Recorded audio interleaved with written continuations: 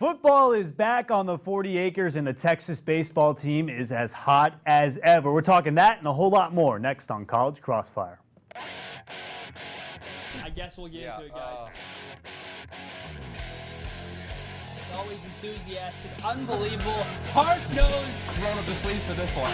This Dallas team was very overrated from the start, like they always are every year. The talent there, Tevin Mack, Eric Davis, and Cohen Roach are maybe three of the most talented guys on the team. Oh, that's an ugly shirt. Always a pleasure having you on, guys. Time to freak out.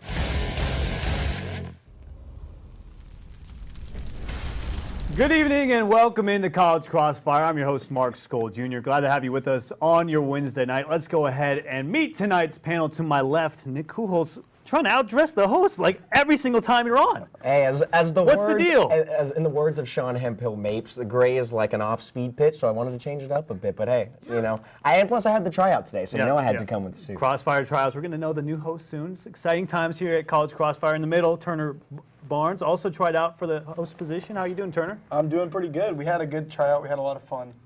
Should be good. All right, Eric did not try out for Crossfire host, but he's already a sports director. So how does it feel to be back on? Feels good. Feeling good today. Registered for classes. So Tracy Dalby, Robert Quigley, coming for you. Shout out. Wow. All right, guys, that's awesome. All right, let's get started. Big weekend for Texas baseball. The Longhorns won the series against Oklahoma, taking 2 games out of 3 and are now only 1 game out of the Big 12 lead. Also, the team is now ranked 23rd in the nation. After the series win against OU, what are the expectations for this team now, Nick? I think right now a very reasonable expectation is for Texas to host a regional. We know last year they made one. They were the 3 seed out in California. Now I think they have a legitimate shot to host this year because they're 3rd in the Big 12, but they're only half a game back of Oklahoma and Oklahoma State, and Texas has played 3 more games, so it's kind of a weird spot in the standings right now. But they're a very good team, and they're playing their best baseball right now, taking 2 of 3 from Oklahoma, a nationally ranked team on the road in a very crucial Big 12 series. Texas has already played the top 2 teams in the standings. If they can pull off 2 of 3 against Texas Tech, I think this team has a legitimate shot to host a regional here in Austin. Right now, they are not slated to host a regional. They would actually be in College Station taking on the Aggies. Turner?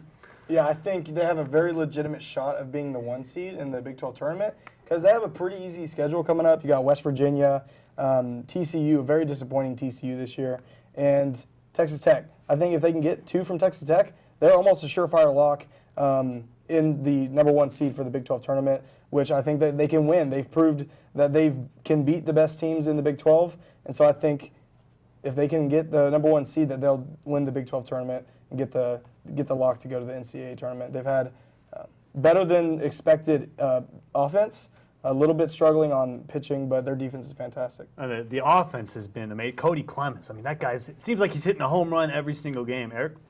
I don't know what baseball Turner's been watching. Yes, Texas has played well against the teams that they were expected to beat, but they've got a very difficult schedule coming up. TCU, yeah, they've had a disappointing start to the season, but they're not. Texas hasn't proved consistently that they're at that level yet. And Texas Tech, there's, I believe, a top 5 team in the nation. And so if I would be surprised if that doesn't end up in a sweep in favor of the Red Raiders in Lubbock. And yeah, you've seen Cody Clemens have a breakout year, and guys like David Hamilton are producing. But a big telltale sign for me was that Texas A&M midweek game. It was a rivalry game in College Station, and Texas ever really had a chance in that game. They didn't make a comeback. To their credit, pushed it to a 1-run game. But to me, it looked like they were always second best in that stage. And for David Pierce, to his credit, big improvement year. I think Texas is on an incline that's not going to stop and will continue next year, but it's not happening. Certainly not hosting a regional this year. I think Texas looked better than what you said they did against A&M. They had the bases loaded a couple times, didn't get any runs in, but I mean, Nico O'Donnell, he gave up 4 runs in the first inning, and that was the key to the entire game. I think the expectations for the team should be to get to the host of the regional, but I don't know the likelihood, but I'm going to say the expectations for the team right now, what they're going through their head, should be to host the regional. So I'm going with Nick here. Nick's getting us started with point. All right, guys, moving on. Last week was the WNBA draft, and we saw former Longhorn Ariel Atkins selected by the Washington Mystics with the 7th overall pick. Her running mate at Texas, Brooke McCarty, did not hear her name on draft night and has a tryout with the Los Angeles Sparks. How shocked are you guys that McCarty did not get drafted? Turner? I mean, I'm very shocked. Brooke McCarty has been a top 2 player on a top 10 team for ever since she's gotten here at UT. She's a 2-time All-American, 3-time All-Big 12, including the 2016-2017 Big 12 Player of the Year. That's some pretty impressive resume. Like I said, she's been on a very good team for the longest time. The only thing that I can see that is taking away from her is her size. They have her listed on the roster at 5'4", and we all know that rosters kind of boost stats a little bit. Maybe she's 5'2", 5'3". That's the only thing that you can take away from Brooke McCarty. She's tough, she has heart, and she's proven that she can lead a team. Her and Ariel Adkins have been wonderful leaders for the Longhorns so far. And so, yeah, I'm very surprised. So Turner's going heart over height with Brooke McCarty. Eric? So when you think about the WNBA draft is 3 rounds, 12 teams, so 36 total picks. And to think that Brooke McCarty is not one of the 36 best players in the country, that to me is a little bit shocking. But when you think about Brooke McCarty is a scorer and a passer, and she's done that very well. Like Turner mentioned, she's very undersized, and that contributes negatively as far as guarding these players like Ariel Atkins, one of the tallest players in the Big 12 as far as her position as kind of like the wing player. She's going to be right in at kind of the middle range of the WNBA. So Brooke McCarty, as short as she looked on the court this year, she'll look even smaller in the WNBA. I do think she'll eventually find herself on the roster. And one last thing, they do pre-draft interviews, and Brooke McCarty, year after year, it seems like her personality's been sucked out of her by Karen Ass and the coaching staff. They just take the life out of these players and don't let their personality shine, and maybe that worked against her. So you think part of it was the interviews? Okay. Nick? Well, personally, I'm very shocked that she didn't get drafted. I can understand maybe if you're a GM in the WNBA why you're hesitant to draft someone that she's listed at 5'4", as Turner mentioned it, that could be a little generous. She's an incredible player. She's mentioned multiple times herself how she's been overlooked her entire life. I don't think this is something that will really affect her. And I think a lot of teams were surprised that she wasn't drafted either, because immediately after the draft concluded, as you mentioned, Mark, she has that opportunity with the LA Sparks. And I think she's confident and mentally strong enough to where she'll take advantage of that. And I think she'll find herself on a roster as well. I think she'll find herself on a roster as well. But I'm going to go with Turner here because he's pushing her that she's got the heart over the height. And I think, personally, in my opinion, I thought Brooke McCarty was at times more valuable than Ariel Atkins. Sure. And especially with her leadership roles. They both had the leadership roles, but Brooke McCarty was key a lot of times too. So I'm going with Turner here. All right, guys, football is back, and it will be under the lights on Saturday night at the Orange and White spring game. Looking forward to the football, not so much the thunderstorms in the forecast, but I want you guys to give me some players to look out for in this spring game. Eric? Well, just like all of us, I'm going to have my eyes on the big boys in the trenches. You've got Calvin Anderson, who might be the most important acquisition Tom Herman got all offseason coming from Rice, because you lose Connor Williams at left tackle, and that's going to, if you don't have a steady person there, even on right tackle, Derek Kerstetter, both of those guys, when you talk about Anderson and Kerstetter, to his credit, got starts when he really probably wasn't ready for them last year, and had some moments that he would probably like to take back, but he looks in a good position to be where he's at.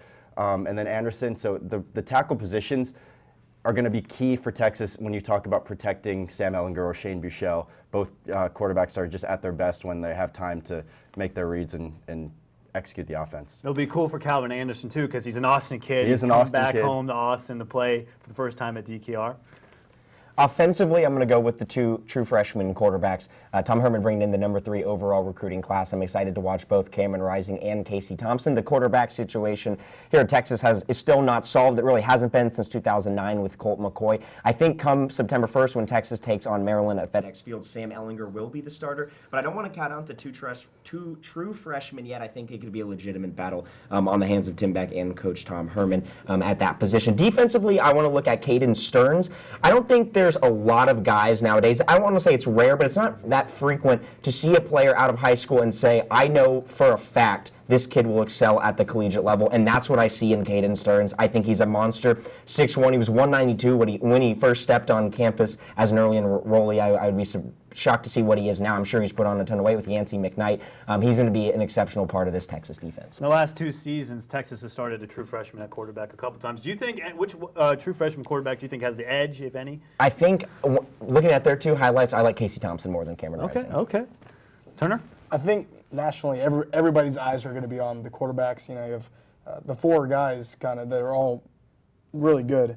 But my eyes are going to be on the running back battle. That's a position that was just a spinning wheel last year.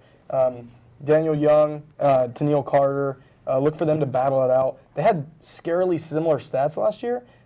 Young had 36. His longest rush was 36 yards. Carter's was 38. Young averaged 4.6 yards per carry. Carter averaged 4.8. They both had 3 touchdowns. Very close. And I think both of them are talented, and that's a position that the Longhorns need desperately. Great points all around, but I got to go with Eric here just because I think every spring game it seems like a quarterback and running backs usually have good spring games because people aren't trying to hurt the defense is not trying to hurt the offensive players. But seeing Calvin Anderson out there, I think that'll be cool just for a reunion's sake and a lot of other things too that he's. Now or never for him too. Yeah, it's not like yeah. he can develop. Yeah, so I'm going with Eric here. All right, guys, awesome stuff. After the break, our panelists will give their hottest takes of the NBA playoffs. You don't want to miss it.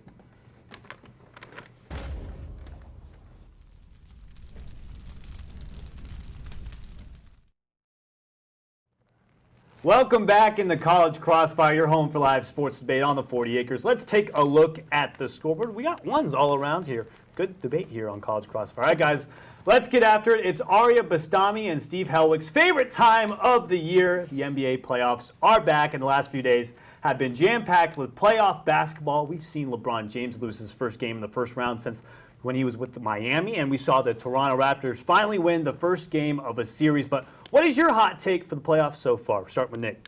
Well, the 2018 NBA Finals do not start till May 31st, but there's already a champion in my eyes, and that's the Golden State Warriors. I think they're going to breeze through the Spurs up 2-0, and then I don't think they'll have any problem defeating the winner of the Blazers or the Pelicans. So I think they have an easy walk to the Western Conference Finals. The Houston Rockets could definitely put up a test, but I'm going with Golden State, especially because Steph Curry, they said today, should be back a little earlier than they actually thought. And when he's on the court with those 4 All-Stars, I don't see anybody beating them. Whoever comes out of the East, I think it'll be Cleveland, but regardless of who it is, they don't stand a chance against Golden State. I think the Warriors win their 3rd title in 4 years. Very hot take. 3 titles in 4 years. Who would have guessed, right? Turner? Yeah, this is hot takes. So let me give you with Paul George had 36 points, 8 of 11 from the three-point line, 7 rebounds. He had as many rebounds as he had missed shots in Game 1. Give me Paul George carrying the Thunder past the Warriors into the finals, winning the finals MVP. Wow. This is the Paul George Wow. we've been waiting for. He doesn't have Skip LeBron A-list. James in his way to knock him out of the playoffs. This is his time to get the ring. Well, all Paul right. George. Does he stay in OKC after the season because he's a free agent? That's to be determined. We're talking Okay. about hot takes in the playoffs. Okay. Paul okay. George carrying the Thunder to the finals, That- winning the MVP. That is certainly bold of Turner. Eric? Turner hasn't gotten past the final. I think we got to slow down there. But my take is that in a year's time from today, Boston Celtics fans are going to actually be glad that Kyrie Irving suffered an injury to end this season, because what that injury has allowed for that team to do is to really rely on some of the role players, and Terry Rozier has just come out of his shell in these playoffs. And I don't think the Celtics were good enough, even with Kyrie Irving, to make it past the conference finals this year, but possibly with a rising star in Terry Rozier, with an Irving at full strength and then Gordon Hayward, next year the Celtics will be looking back and say, well, good thing Terry Rozier had to step up and become not just the player to score throughout the game, but in the clutch moments like he did against Milwaukee. Well, Kyrie's been hurt a lot of the season as well, so we've kind of seen Terry Rozier develop and have that kind of star personality. Playoffs but is a different story, though. It's true. Everything's heightened in the playoffs, but I got to go with Turner here. He came in here with a hot take, and that's the hottest take I could have possibly imagined besides the Timberwolves sweeping the rest of the playoffs. But I'm going with Turner here. He's starting us off with a point here. All right, guys, moving on. Big news in Dallas. The Cowboys released wide receiver Dez Bryant. The news came as a shock to Dez as he played in Dallas for 8 seasons. And he says he wants to sign somewhere in the NFC East so he can play the Cowboys twice a year. But where do you guys think Dez should sign, and what's the best fit for him? Turner? So there's 2 questions here. One question is where should he go, and one is where's the best fit for him. To answer the should, where should he go? He should absolutely go to the Philadelphia Eagles. Play him 2 times a year, maybe get himself a ring. I would be okay with that because I was rooting for Dez. Don't think he should have been cut. I was initially on the trade the Dez train, but I watched some film, and it's not Dez's fault. Just throwing it out there. In terms of the best fit, imagine Dez Bryant getting balls thrown to him by Aaron Rodgers. Green Bay Packers, they don't have a wide receiver right now. They got Jimmy Graham, who can kind of distract the defense, open up the field a little bit for Dez Bryant, where he can truly develop and get better, get some good yards, put some more stats on there. Aaron Rodgers with 2 seconds left on the clock, throwing up a Hail Mary to Dez Bryant. That's a touchdown every time. Perfect fit for him. And that was the place where the famous catch or no catch happened at Lambeau Field as well. Just caught it. Eric? Dez, look here. You had a great career in the NFL, but they're not respecting you. They designed the rules to prohibit to work against your favor. And you've accomplished all there is to accomplish in the NFL. Super Bowl, who needs one? But anyway, there is a league. Let me introduce you a man named Vince Kennedy McMahon, who is starting a league called the XFL that's not going to limit your personality. And you would be the biggest star in that league, and you could take that league to new levels and say, Roger Goodell, we're going past you. Jerry Jones, nobody's watching you anymore because they're watching me in the XFL. And that's what I hope, Dez Bryant. Dez, make it happen. Go play for the XFL. I think that would be interesting, but I think Dez would like the paycheck better from the NFL than he would from the XFL. Nick? Yeah, I'm a big Vince McMahon guy and a fan of the McMahon family. But in the NFL, I think the best fit right now for Dez Bryant would be the Buffalo Bills. They have two young receivers in Zay Jones, who's just 23, Kelvin Benjamin now, who's only 27. They have Shady McCoy at the running back spot. In the draft upcoming, they're going to draft a quarterback right now at 22. It looks like they could get Lamar Jackson if he's still there, but there's a very possible chance that they trade up. I think with those young guys they have in Zay Jones, Benjamin, and whoever quarterback they decide to draft. Then you throw in Shady McCoy and add Dez Bryant as two veterans. The Bills were already a playoff team this year. Barely. They got in, though. And I think if you add Dez Bryant to that wide receiver core, that's a nasty lineup. Yeah, they were a playoff team this year. They subtracted Tyrod Taylor, quarterback Tyrod Taylor, but if they get a quarterback who can really develop and be really good, I mean, they could be a really good team, especially if they add Dez. So I'm going with Nick here. I think that's a nice under-the-radar pick for Dez Bryant. Don't know if he wants to play in Buffalo, if he's a Texas kid. Be interesting to see if he goes to the Texans because he's from Lufkin, only a couple hours away from Houston. But I'm going with Nick here. I think that would be a great fit for Dez in Buffalo. All right, guys, we're a couple of weeks into the MLB season, and we've certainly had our fair share of surprises. One big surprise is the amount of games that have been canceled due to the winter weather conditions in April. But what is the most surprising thing that has happened in the first weeks of the MLB season to you, Eric? I'm kind of surprised that 3 out of the 4 teams that made the Conference Championship Series last year are either at or under 500. The Dodgers and the Cubs. Dodgers, Cubs, and then the Yankees. I believe the Yankees are the one that are at 500. And Nationals aren't too hot either. And the Nationals, who didn't make it that far, but the Nationals have their own struggles when it comes to the postseason. But you got a lot of teams just getting off to really slow starts. And when you think about, people are quick to say like, oh, it's April, the season hasn't really started yet. But when you start May with already a 3 or 4 games back in your division, that's not something to take lightly because you got teams like the Brewers, you got teams like the Mets that are really trying to build that gap and maintain it. And, these teams can't get too comfortable even though they feel like they have the best grasp of the division. Yeah, Mets look really, really good right now. They're definitely a surprise as well. Nick? I'm going with the start of the season for the Los Angeles Angels and the AL West. They're at the top right now. 2 games up, not that the standings matter, 17 games into 162-game season, but specifically Mr. Ohtani himself, the high-prized free agent player, this free agent coming over to the MLB. But he was exceptional his first 2 starts on the mound. I know I'm saying this a night after he leaves early and kind of got shelled by the Red Sox in his 3rd career start. But he's a very talented baseball player, and people were freaking out over his spring training play. He hit a little over 100 at the plate, and his ERA was super high. But people freaked out just in spring training. And so I was impressed by him, but not only just Ohtani, but the entire Angels lineup themselves. Albert Pujols is still raking even at his age. I'm very impressed. I thought the Astros would run through the AL West. I still think they'll win, but I think the Angels will make it a fight. Another underrated ad, they add Zach Kozar at 3rd base. He was a shortstop for the Reds. Now he's moving over to 3rd. That's a pretty stacked lineup. And Simmons as well. Yeah, that's a pretty good lineup in Los Angeles. Turner? The biggest surprise for me, give me the NL East leading New York Mets. Coming into the season, you may say, oh, well, they were in the NLCS not too long ago. But ESPN, in their preseason rankings this year, had them at 15th. And that's the middle of the pack. They're in the top 3 in the record right now. DeGrom and Syndergaard are pitching out of their minds. The bullpen is good. Cespedes, Asdrubal Cabrera, and Todd Frazier are carrying the lineup. For me, that's the biggest surprise, going from a team who may be in the middle of the pack. They had them 1 game under 500 at the end of the year, and they're in 1st place in the NL East right now. Well, they're definitely a surprise, but we've known the Mets could be good if they're just healthy. That's been the key with them. They just haven't been healthy since their World Series run back in 2015. But I got to go, biggest surprise for me is the Angels. I think Ohtani's been great. Cozart's been great. Trout hasn't even been that outstanding yet, but we all know Trout's like the best player in baseball. But Angels, they look great, and they could challenge the Astros for that AL West title. So I'm going with Nick here with the point. All right, guys, great debate. That's it for now. We've got rapid fire up next. Stay tuned.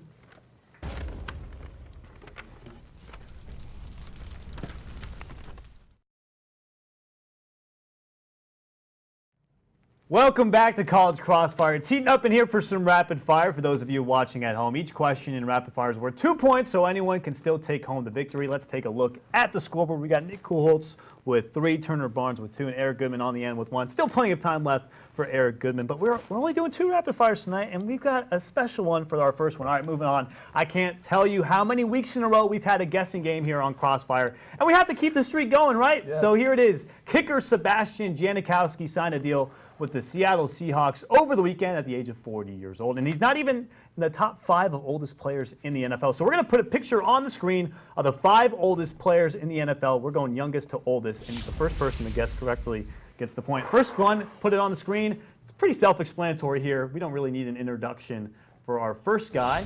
You said we're going youngest to oldest. Tom Brady. Oh. I think Turner got that one first. I was saying I was talking about something else. I can tell you, I thought of it first. Okay. All right, our next player is a former Aggie, but also a longtime punter for the Houston Texans.